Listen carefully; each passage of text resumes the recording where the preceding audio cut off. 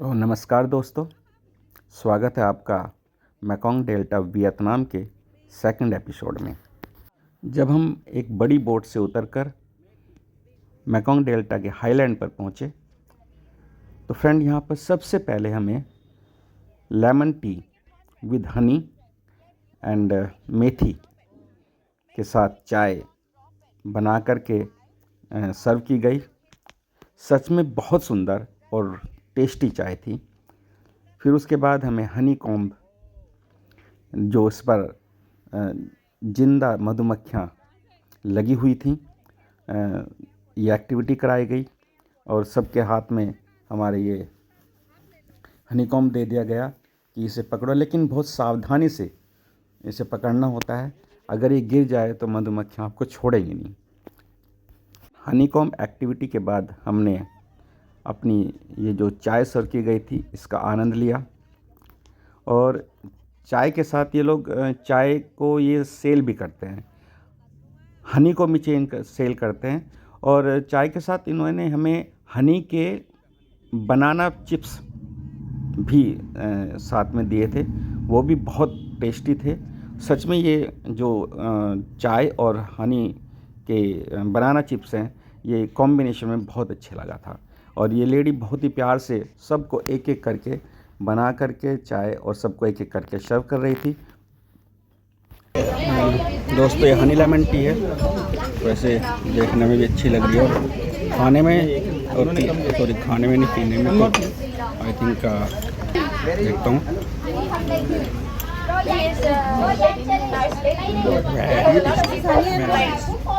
अच्छा टेस्ट है। हनी मेथी and lemon. Very nice. नहीं ऐसे डाले साबुत मेथी डाले।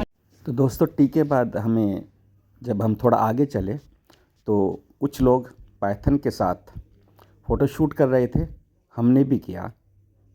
दोस्तों, ये वाइन भी मैं आपको यहाँ पर दिखाना चाहूँगा।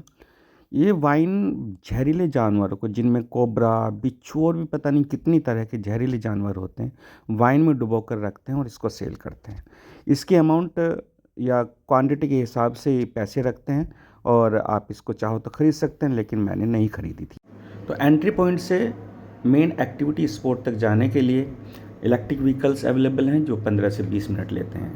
अगर हम मेकोंग डेल्टा की बात करें तो ये 2 देशों में फैला हुआ है, कंबोडिया और वियतनाम में। दोस्तों, बहुत ही फर्टाइल जगह है। लगभग पूरे वियतनाम का 50% राइस यहीं पर उगाया जाता है, इसलिए इसको हम राइस बोल भी बोलते हैं। राइस के अलावा यहाँ पर मैंगो, गुआवा, ड्रैगन फ्रूट और नारियल के अलावा खूब सब्जियाँ भी उगाई जाती हैं। ये देखिए इधर, ये है फैक्ट्री नारियल से टॉफ़ी बनाने की। और सबसे पहले हमारा स्वागत हुआ फ्रूट से। इन्होंने हमें बढ़िया फ्रूट्स, जिसमें ड्रैगन फ्रूट था, गुआवा था, पाइनएप्पल था और वाटरमेलन। दोस्तों, भूख लगी थी, सबने टूट कर खाया।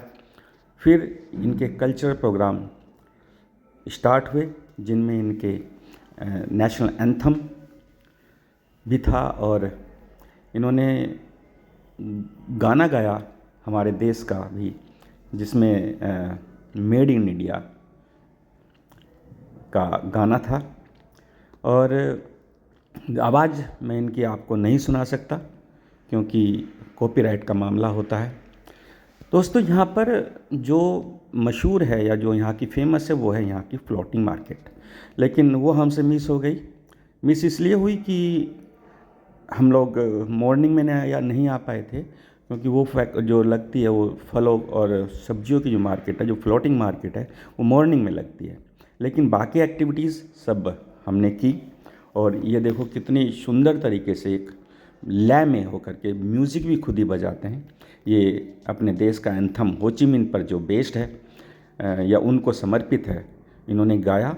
तो 2 गाने इन्होंने 2 सॉन्ग इन्होंने अपने देश के गाए और एक हमारे देश का मेड इन इंडिया इन्होंने हमें सुनाया।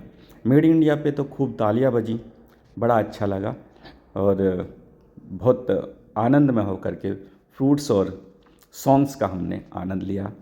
बड़ा मज़ा आया।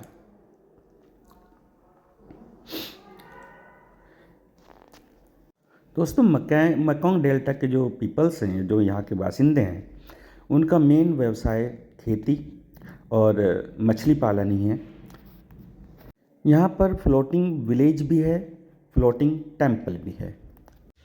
मेकोंग डेल्टा का एरिया लगभग 40,000 वर्ग किलोमीटर है और ये होचिमिन या कह लीजिए वियतनाम के सबसे साउथ वाले पार्ट में पड़ता है।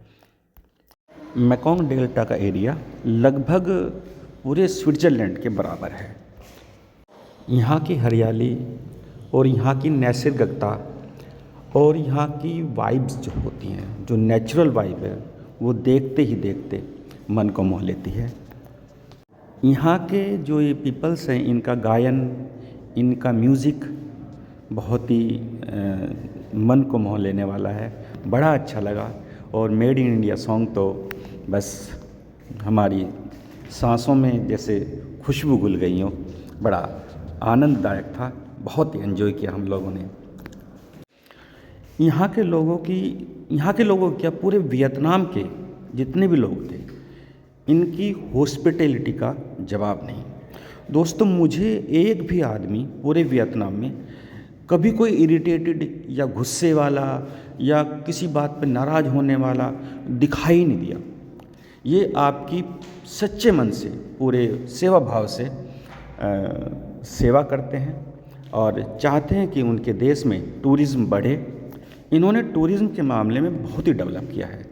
दोस्तों, हमने यहाँ पर कुछ और फोटोग्राफ्स लिए और फोटोग्राफ्स भी इन्होंने स्पॉट्स बनाए हुए हैं जहाँ पर आप फ़ोटोग्राफी का आनंद ले सकते हैं। और इसके बाद हम रास्ते में बोट राइडिंग के चले। बोट राइडिंग के रास्ते में ये फल हमें दिखाई दिए, ये कुछ चीज़ें बिकती हुई भी हमें नज़र आई और ये वहाँ की लोकल लोगों के द्वारा बनाई गई सजावटी चीज़ें थी। फिर हम बोट राइडिंग स्पॉट पर पहुँचे। हमने देखा कि जो बोट हैं वो कुछ अलग ही तरह की बनी हुई हैं, बहुत ही, जिनकी चौड़ाई बहुत कम थी, जिसमें हम लगभग 4 टूरिस्ट आगे पीछे होकर के बैठ सकते हैं। और इसको रो करने वाले 2 आदमी होते हैं, एक पीछे एक आगे। दोस्तों, लकीली हमें बहुत अच्छी बोट मिली और जो रो करने वाले थे वो दोनों ही यंग लड़के थे, इसलिए हमारी जो बोट थी वो आप कह लीजिए कि एक्सप्रेस बोट थी। हमारे साथ हमारी टूर गाइड मिस ट्रेसी भी हमारे साथ थी, जो हमें रास्ते में पूरे इस एरिया के बारे में बता रही थी। और ये देखिए, यहाँ के जो छोटी कैनाल के बीच से हमारी बोट गुजरती हुई, दोनों तरफ ये घने जंगल और ये हैं वाटर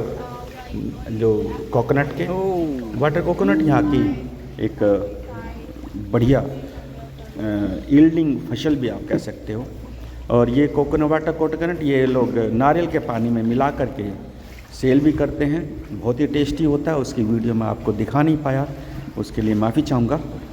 और ये लड़का जो रो कर रहा था, ये बहुत ही स्वीट था, बीच बीच में गाने भी गा रहा था, हमें यहाँ के बारे में बता भी रहा था। और ये भी पूरा एक तरह से जैसे हमारी गाइड बता रही थी, या गाइड हमें यहाँ की इन्फॉर्मेशन दे रही थी, उसी तरह से ये लड़का भी हमें इन्फॉर्मेशन दे रहा था। देखो, ये सबसे आगे हमारी बोट को लेकर के चला और ये बड़ा ही मज़ेदार अनुभव था, क्योंकि हमारी बोट सबसे आगे निकल रही थी। और लास्ट में हम अपने जो डेस्टिनेशन था या फिनिशिंग पॉइंट आप कह लीजिए, वहाँ पर पहुँचे। बोटिंग का एक बहुत ही अच्छा एक्सपीरियंस रहा। और ये हमारी श्रीमती जी जब ऊपर आई तो हमने इनको अपने फ़ोटोग्राफ्स लेने के लिए बोला और इन्होंने हमारा फ़ोटोग्राफ्स भी लिए। और इस तरह से हमारी ये जो नैरो कैनाल में नैरो बोट से बोट राइडिंग थी, अच्छा अनुभव था, ये फिनिश हुआ। और हम उसके बाद यहाँ पर जो और थोड़े बहुत स्पॉट्स थे वहाँ पे हमने फ़ोटोग्राफी की और फिर अपनी बड़ी बोट की तरफ जो हमें वापस मैरीना बीच पर ले जाने वाली थी उसमें बैठे। वहाँ पर हमें फिर से कॉम्प्लीमेंट्री ये नारियल दिए गए और ये नारियल पीते पीते हम लोग सभी अपने मैरीना बीच की ओर पहुँचे। दोस्तों, ये था हमारा मेकोंग डेल्टा का सफ़र आपको कैसा लगा मुझे ज़रूर बताएं। मेरे चैनल को प्लीज़ लाइक करें, सब्सक्राइब करें। नया चैनल है तो अगर आप इसे लाइक सब्सक्राइब करेंगे तो मुझे हौसला मिलेगा और अच्छी अच्छी वीडियो आपके लिए इन्फॉर्मेटिव वीडियो बनाता रहूँगा। धन्यवाद, थैंक यू, नमस्कार।